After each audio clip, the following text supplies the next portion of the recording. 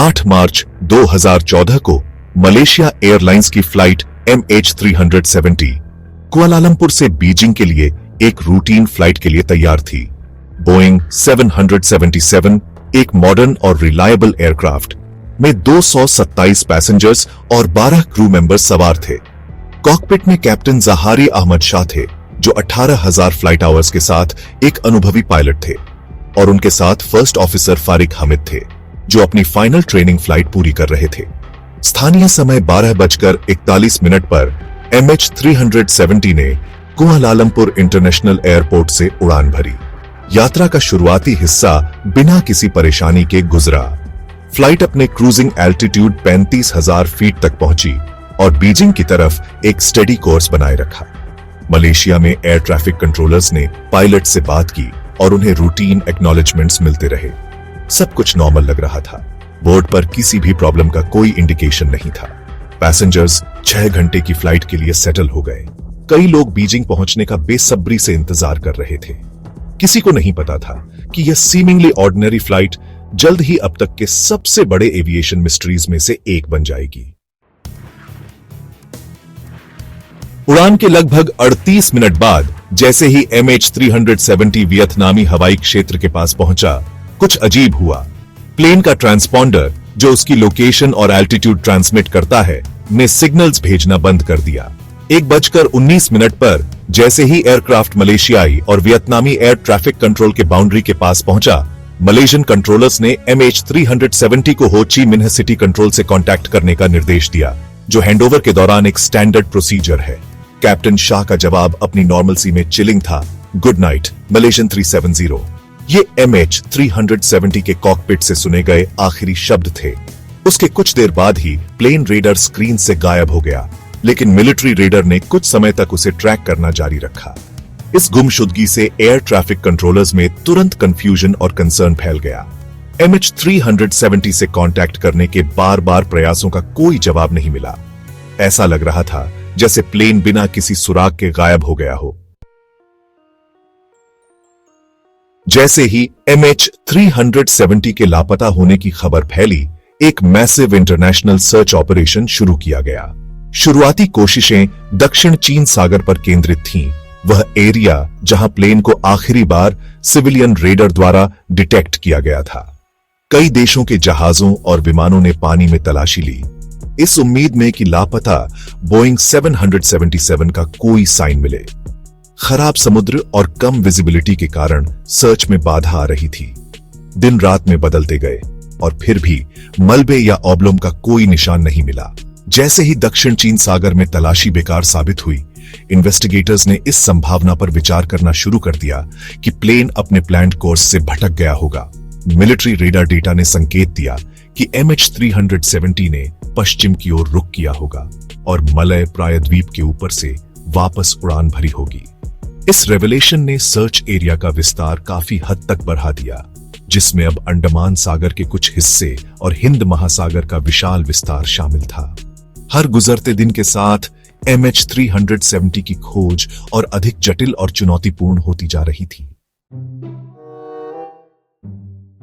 जबकि शुरुआती search efforts नीचे समुद्र पर केंद्रित थे, स्काई से क्रूशल क्लूज सामने आए। इन्वेस्टिगेटर्स ने पाया कि MH370 अपने ट्रांसपॉन्डर के साइलेंट होने के बाद भी एक सैटेलाइट से कम्युनिकेट कर रहा था। एयरक्राफ्ट और सैटेलाइट के बीच इन हैंडशेक्स ने वैल्यूएबल डेटा प्रदान की, हालांकि प्रिसाइज लोकेशन इंफॉर्मेशन नहीं। सैटेलाइट डेटा के एनालिसिस से पता चला कि MH370 एयर ट्रैफिक कंट्रोल से अपने आखिरी कांटेक्ट के बाद कई घंटों तक उड़ान भरता रहा। डेटा ने सुझाव दिया कि प्लेन ने दक्षिण की ओर एक कोर्स लिया था, जो रिमोट और डेसोलेट दक्षिणी हिंद महासागर की ओर जा रहा था। इस नई इंफॉर्मेशन ने सर्च का फोकस शुरुआती सर्च जोन से हजारों मील दूर स्थानांतरित कर दिया। सैटेलाइट डेटा एक जनरल डायरेक्शन प्रदान करते हुए MH370 की एग्जैक्ट लोकेशन को पिन पॉइंट नहीं कर सका। लापता प्लेन का रहस्य गहराता गया, जिससे इन्वेस्टिगेटर्स के पास जवाबों से ज्यादा सवाल रह गए। Section 5, tracing a ghostly path, the 7th arc. Satellite handshake से मिले लिमिटेड डेटा का उपयोग करके एक्सपर्ट्स उन संभावित पाथ्स की एक सीरीज कैलकुलेट करने में सक्षम थे जो MH370 ने लिए होंगे। इनमें से 7वां आर्क दक्षिणी हिंद महासागर में फैली एक विशाल कर्व्ड लाइन सबसे संभावित रूट के रूप में उभरा। यह आर्क जल्दी ही सर्च एफर्ट्स का केंद्र बन गया। 7वें आर्क की रिमोटनेस और विशाल आकार ने बहुत बड़ी चुनौतियां पेश की। इस क्षेत्र में समुद्र की गहराई बहुत ज्यादा थी, जिससे अंडर वाटर सर्चेस करना बेहद मुश्किल हो गया था। बाधाओं के बावजूद एडवांस्ड सोनार टेक्नोलॉजी से लैस सर्च टीम्स ने 7वें आर्क के साथ सीबेड की तलाशी शुरू कर दी, इस उम्मीद में कि MH370 का मलबा मिल जाएगा। 7वें आर्क के साथ वर्षों की इंटेंसिव सर्चिंग के बाद MH370 के कुछ डेब्री पीसेस मिले, जो हजारों मील दूर आइलैंड्स पर बहकर आ गए थे। इन फ्रैगमेंट्स ने प्लेन के भाग्य का ठोस सबूत दिया, लेकिन उड़ान के अंतिम क्षणों में क्या हुआ, इस बारे में बहुत कम जानकारी मिली। MH370 के लापता होने से कई थ्योरीज सामने आईं, जिनमें प्लॉजिबल एक्सप्लेनेशंस से लेकर फारफेच्ड स्पेक्यूलेशंस तक शामिल थीं। डिफिनिटिव आंसर्स देने के लिए कोई ठोस सबूत नहीं होने के कारण दुनिया को इस रहस्य से जूझना पड़ा। सबसे प्रोमिनेंट थ्योरीज में से एक में पायलट सुइसाइड शामिल था।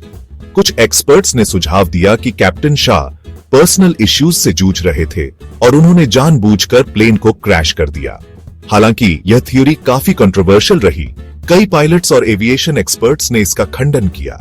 एक अन्य थ्योरी ने अपहरण के सिनेरियो का प्रस्ताव रखा, जिसमें संभावित रूप से प्लेन को किसी विशिष्ट टारगेट से टकराने का जानबूझकर प्रयास शामिल था। हालांकि अपहरण की जिम्मेदारी का कोई क्रेडिबल दावा या सबूत कभी सामने नहीं आया। मैकेनिकल फेलियर को भी डिजास्टर का एक संभावित कारण माना जा रहा था। कुछ एक्सपर्ट्स ने सुझाव दिया कि एक कैटास्ट्रोफिक मैलफंक्शन जैसे आग या डिकम्प्रेशन ने प्लेन और उसके कम्युनिकेशन सिस्टम्स को डिसेबल कर दिया होगा। हाल के वर्षों में independent researcher Richard Godfrey MH370 के लापता होने के पीछे की सच्चाई को उजागर करने की कोशिश में एक की फिगर के रूप में उभरे हैं।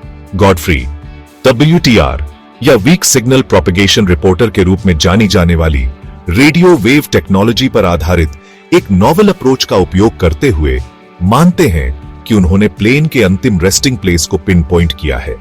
गॉडफ्री के एनालिसिस से पता चलता है कि MH370 हिंद महासागर के एक रिमोट एरिया में दुर्घटनाग्रस्त हो गया, जिसे ब्रोकन रिज के रूप में जाना जाता है, जो 7वें आर्क के भीतर स्थित है।